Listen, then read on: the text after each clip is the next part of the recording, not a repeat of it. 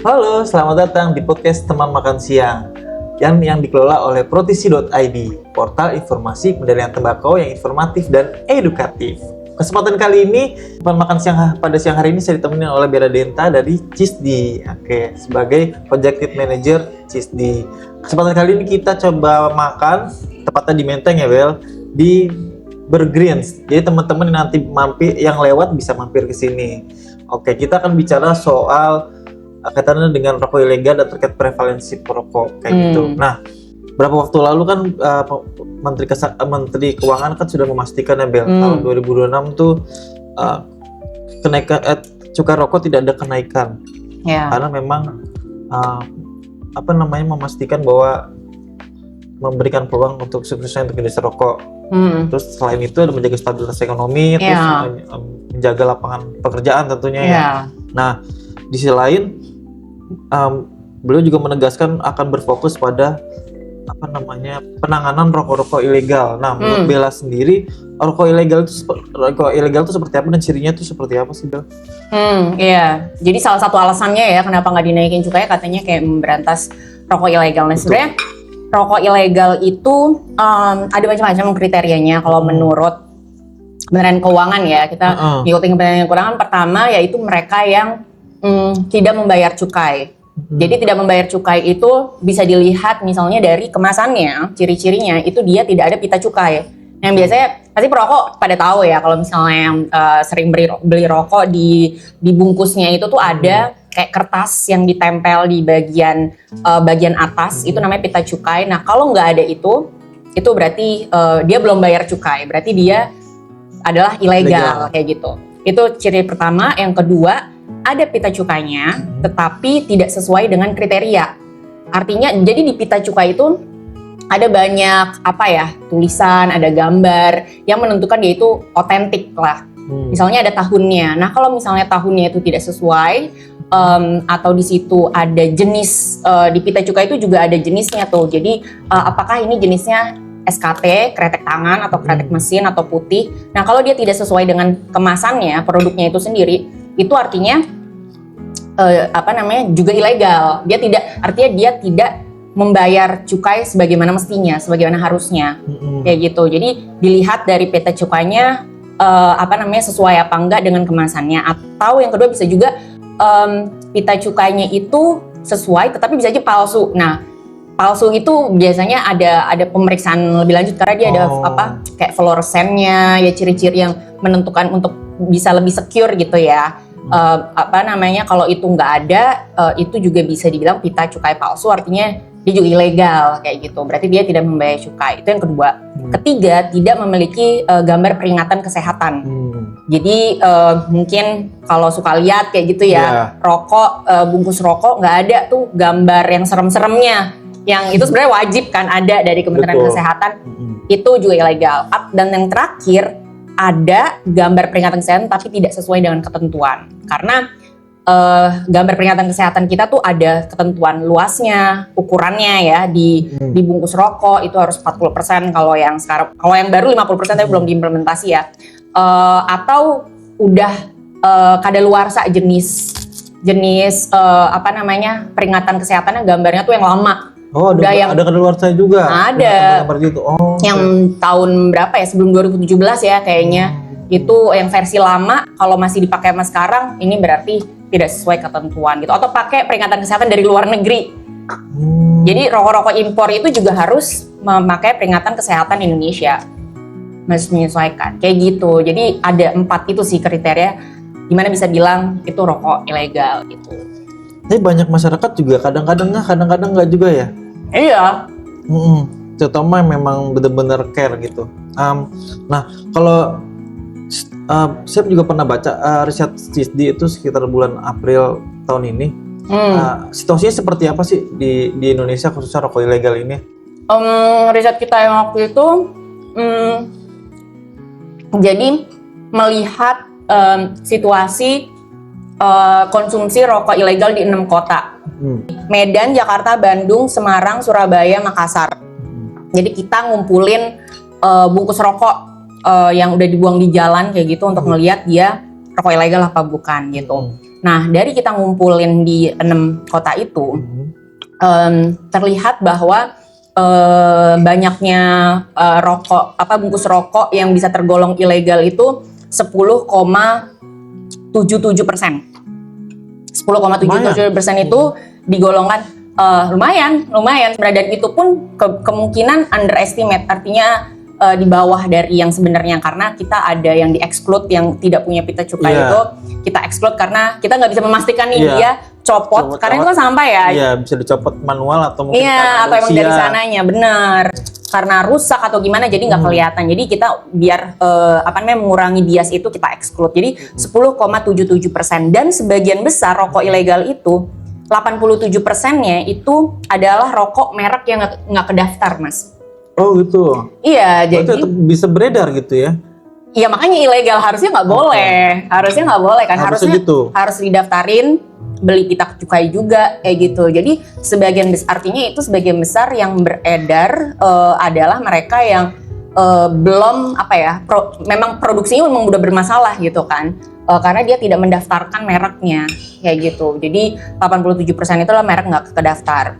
Nah, tetapi tadi kalau misalnya Mas nanya kayak situasinya seperti apa, itu yang kita capture tahun 2024 ya, karena kita ngesampelnya tahun 2024. Tetapi kita tidak bisa bilang apakah ini meningkat atau menurun dari tahun sebelumnya, Mas, karena kita nggak ngumpulin data yang di tahun-tahun sebelumnya kayak gitu. Dan kita juga karena ini tidak representasi secara nasional ya, hanya di 6 kota, ini kita nggak bisa ngebandingin misalnya sama data yang nasional, yang tingkat nasional gitu sebelumnya.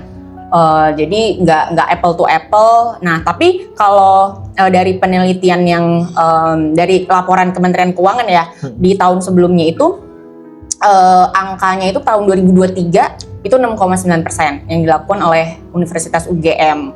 Jadi memang kesannya naik, tetapi kita tidak bisa bilang itu naik karena lagi-lagi kita cuma meriksa 6 kota, sedangkan UGM nasional kayak gitu. Jadi nggak bisa bilang. Cuma sekali lagi sih memang kalau dari laporan-laporan yang ada di media atau di media sosial, kayaknya secara anekdot itu kayaknya mulai gampang gitu ya buat masyarakat biasa, bahkan anak-anak untuk beli rokok ilegal, dan bahkan dijual terang-terangan nggak sih? Sering banget. Sekarang udah mulai trennya kayak mulai rokok-rokok murah, rokok ilegal yang nggak ada pita cukai, mata di PHW-nya nggak ada ya? Iya, dan di pinggir jalan yang kayak gitu-gitu sering tuh dengar kayak gitu. Jadi peminatnya juga lumayan banyak ya, karena karena emang jadi kebutuhan masyarakat ya secara nggak langsung. Paling itu bukan kebutuhan yang primer ya dibandingin. Sayangnya seperti itu ya, karena dia adiktif ya, karena candu dan dia tersedia gitu. Ya, kalau tersedia ada supply-nya, tentu masyarakat akan sulit gitu untuk berhenti. Lalu gitu. Rokok ilegal ini muncul karena ada pengenaan cukai atau gimana, Bel? Kemarin juga muncul pernyataan kalau ada kenaikan cukai tidak begitu pengaruh dengan adanya pengendalian konsumsi, malah adanya muncul rokok ilegal yang bahkan lebih murah dan mungkin malah jadi mudah dikonsumsi, makanya fokus pemerintah pusat Kementerian Keuangan fokusnya memberantas rokok ilegal. Gimana pendapat Bella? Menurut aku sih itu alasan aja ya. Kalau dari konteks Indonesia, jadi penjelasan sebenarnya panjang. Jadi pertama mungkin aku ngajak beranalogi dulu nih ya. Ini logika sederhana nih, misalnya Mas, kayak lu misalnya mengonsumsi lu suka makan apa misalnya? Nasi ya, yang kebutuhan pokok ya. Telur. Ya, nasi lah. Terus tiba-tiba nasi nih beras naik harganya. Apa yang lu lakukan? Beralih ke? Mungkin kentang, kacang-kacangan. Oh, enggak, lu nggak nyari beras yang lebih murah nggak? Tentunya ya, karena kan ada grade beras tuh tiap itu kan ada. Iya. Tapi pasti akan nyari beras, mau nggak mau. Iya, nyari beras tapi yang lebih murah kan, berarti. Lu akan mikir nggak kayak ini berasnya legal apa ilegal ya? Yang penting makan aja. Yang penting makan kan? Yang penting akan ada kebutuhan terpenuhi, ya udah. Iya, exactly. Nah, itu juga logika yang ada pada perokok ya. Betul. Di mana dia sangat kecanduan butuh gitu ya untuk ngerokok. Meskipun sebenarnya itu bukan kebutuhan yang baik, tapi karena adiktif dia, karena harganya misalnya harga rokoknya naiknya cuma 1.000-2.000 lah misalnya per bungkus, tetap aja dia pasti kayak, apalagi untuk perokok yang dari sosial ekonomi ke bawah, dia itu akan sensitif gitu kan, dia akan beralih ke rokok yang murah, baik legal maupun ilegal. Artinya memang ada pengaruh harga dari harga rokok terhadap permintaan. Nah, maka sehingga perokok ini kalau harga rokoknya mahal, dia kan tetapnya akan nyari rokok murah, kayak gitu, baik legal maupun ilegal. Logikanya di situ dulu ya. Nah, sekarang kan masalahnya rokok murah ini legal apa ilegal kan? Nah, masalahnya ternyata supplier rokok ilegal melihat ada demand ini dan melihat ada kesempatan celah untuk berbisnis rokok ilegal, sehingga mereka bikin lah itu bisnis rokok ilegal, mereka menjual rokok ilegal tersebut dan ya udah dibelilah akhirnya sama perokok kayak gitu. Ini tidak akan terjadi jika ini sekarang kebalikannya, lu adalah sebagai pemain bisnis lah ya, pengusaha, lo pengen ngesuplai beras ilegal kayak gitu. Yang lo lihat apa? Gue mau bikin bisnis ilegal nggak ya? Apa yang lo jadi pertimbangan? Keuntungan, laba. Keuntungan, oke. Terus kedua, resiko kan? Iya, resikonya.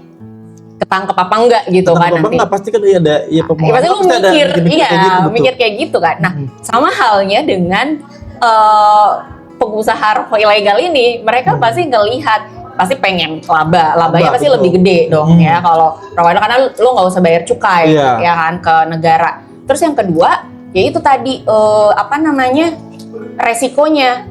Pengusaha rokok ilegal di Indonesia ngelihat, ya elah yang ditangkepin, gue bisa kok nggak ditangkap kalau misalnya gue nyogok gitu misalnya. Resiko tertangkap itu kecil, sehingga itu mendorong dia, ya udahlah gue bikin aja.